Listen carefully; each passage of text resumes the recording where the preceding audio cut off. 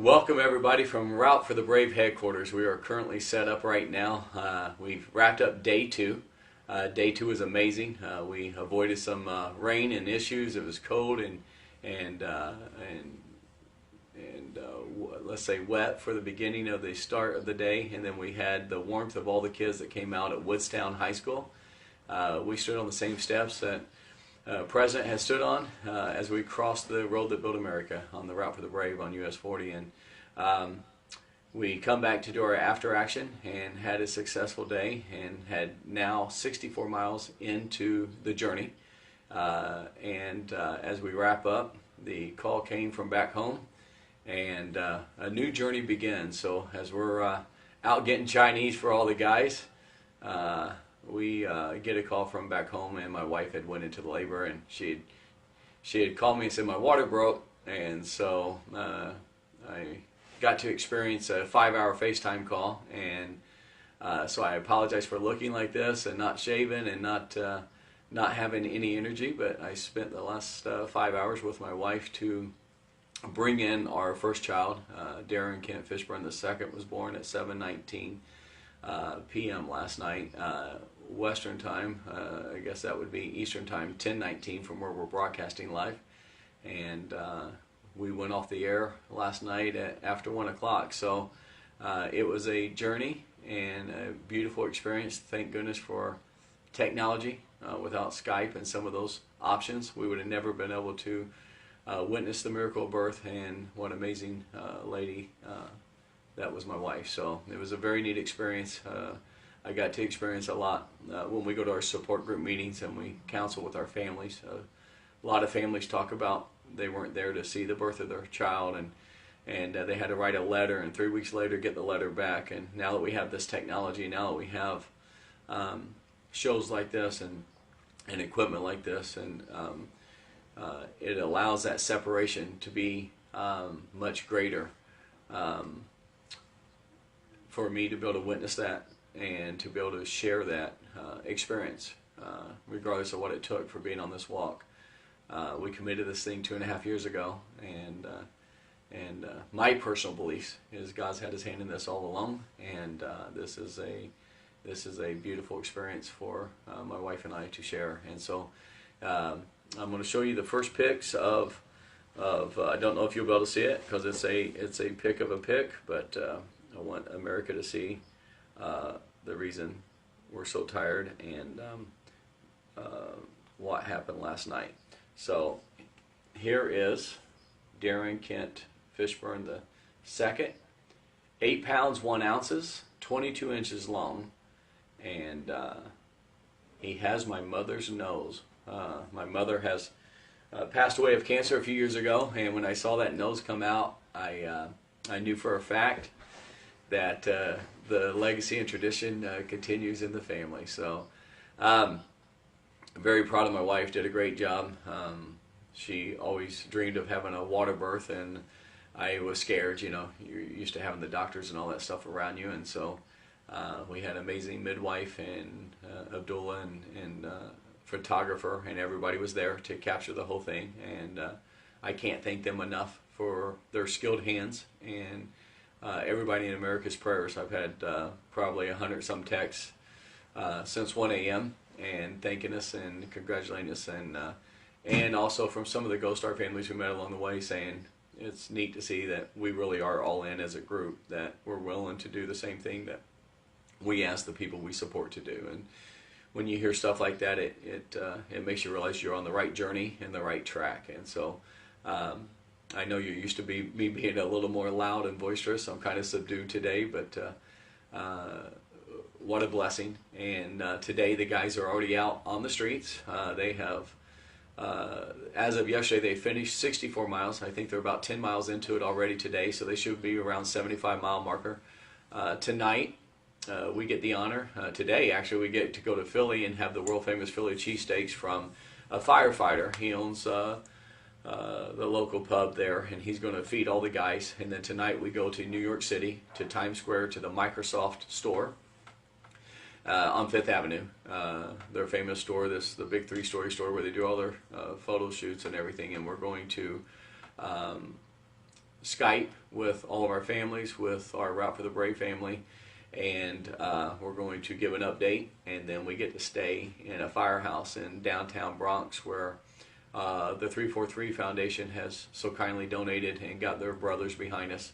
And as you know, we do the bucket list game every year at Notre Dame, and all these guys come and they pay it forward. And we all know that 9/11 was an integral moment in our nation's history, and for most people it was a living hell, and they lived it, and they walked the streets, and they were there, and for them to open up their hearts to us, to let us share in that experience, it's pretty special. Tonight's going to be hollow grounds for us, and it's what we stand for, and it's who we are, and so it's going to be a neat experience in New York.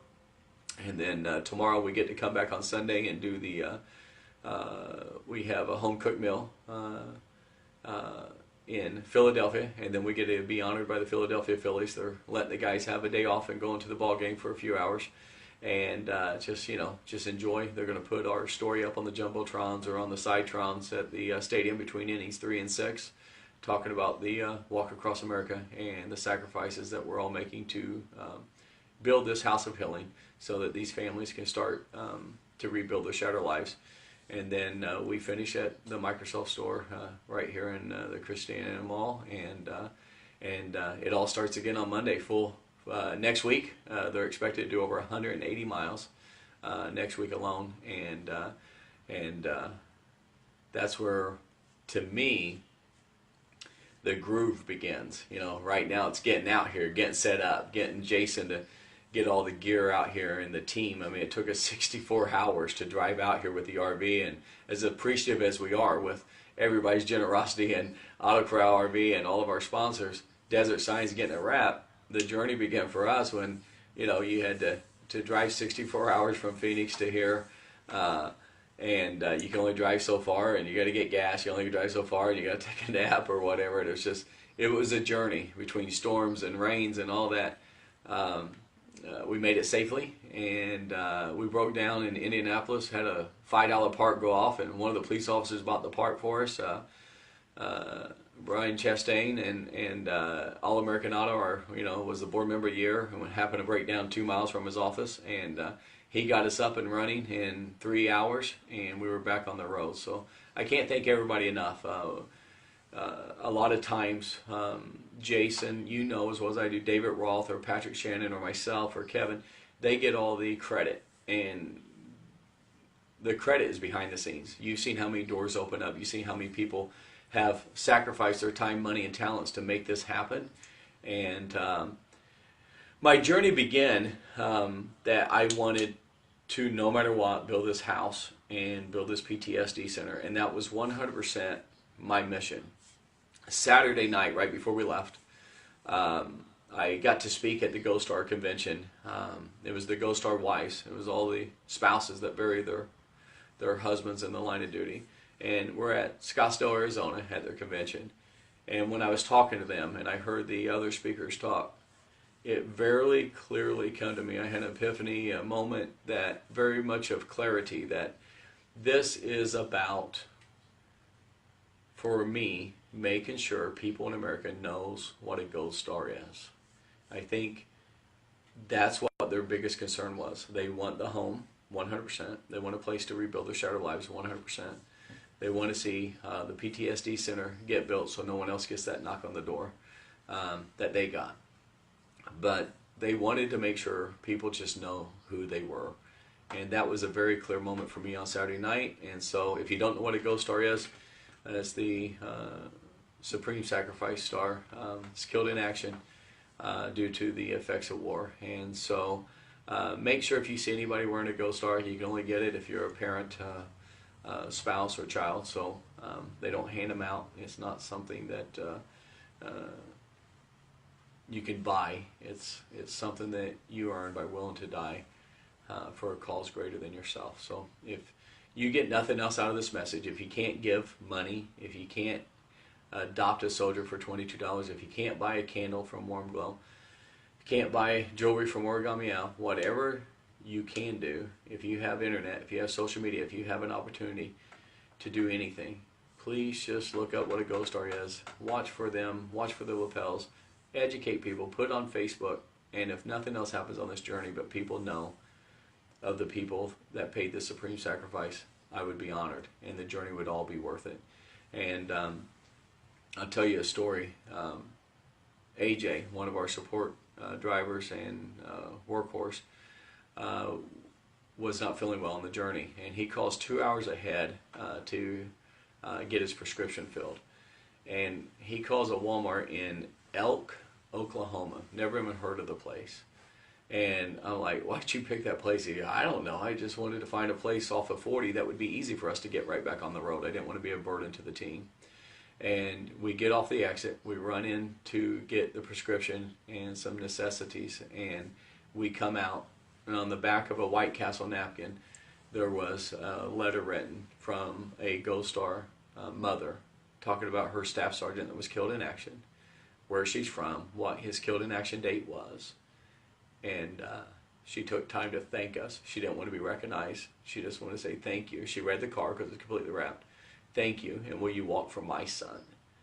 Because that's why he served. And that's what gives me solace. And when you think of the sacrifices for the next 4 months,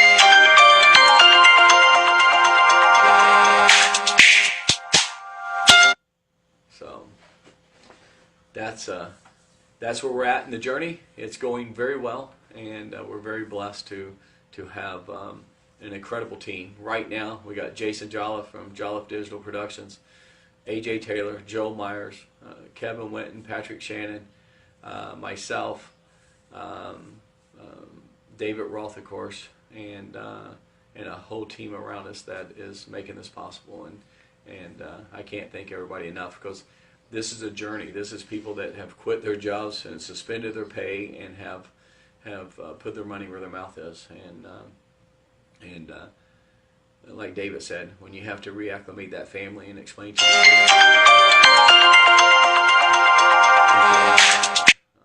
he understands the effects of war is far greater reaching than he ever thought. And like he said, all you have to do is walk. But walking is the physical thing that will bring the awareness to the emotional thing that these families go through. And for that, we can't thank you enough for listening, watching, and being part of our journey. And go on to Facebook, please, and like us and share it at Route for the Brave's Facebook page. Go to routeforthebrave.org. It has a beautiful, brand new timeline that a good friend of ours created for us. Dave made this timeline, and it's interactive. It'll show the dots and the little teardrops of where we're going to be and what is the next activity, if it's open to the public, if it's a private event. So it'll show you where you can come out and support us, where you can come out and see us, where you can walk with us. So please go on the website, pay attention to the journey, and let these guys know that their sacrifices are appreciated, because that's what gives them hops in their steps. And we saw the emotions of that yesterday.